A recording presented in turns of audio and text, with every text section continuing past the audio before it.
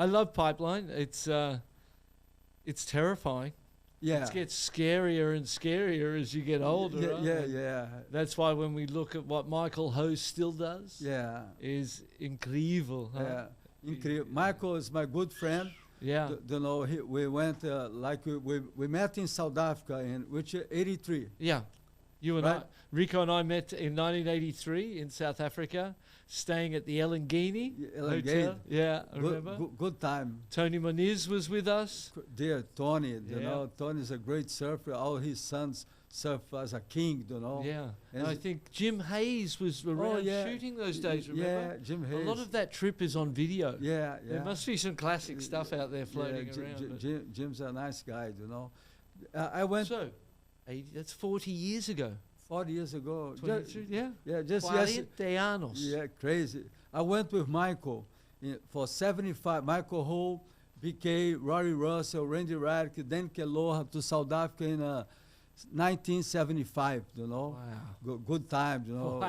Yeah, good times. And Michael, always my good friend, he was living with me, you know. So in 75, we make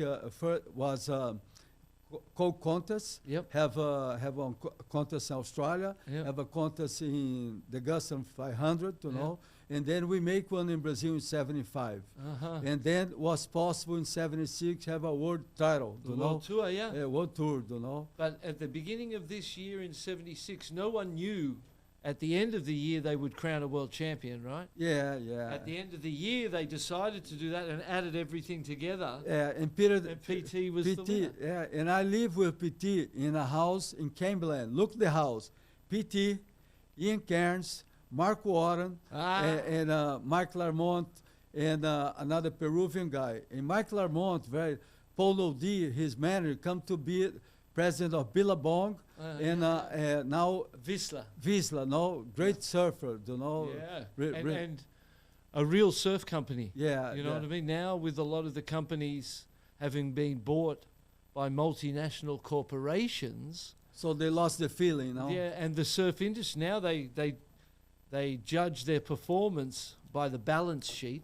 With the number, they don't feel anything from the heart. They just look at the number, and they take the money out of the sport and not put so much back in. You know? So that's very interesting because when I went to Bells Beach, 1976, I met Claw, you know, Brian, you know, the director, you know, and Quicksilver was next door. So really feeling of surfing. The starting of those companies. And Jeff Hackman took Quicksilver to Hawaii, you know, Tom Parrish, you know, was... And they helped build the competitive surfing world and the surfing industry.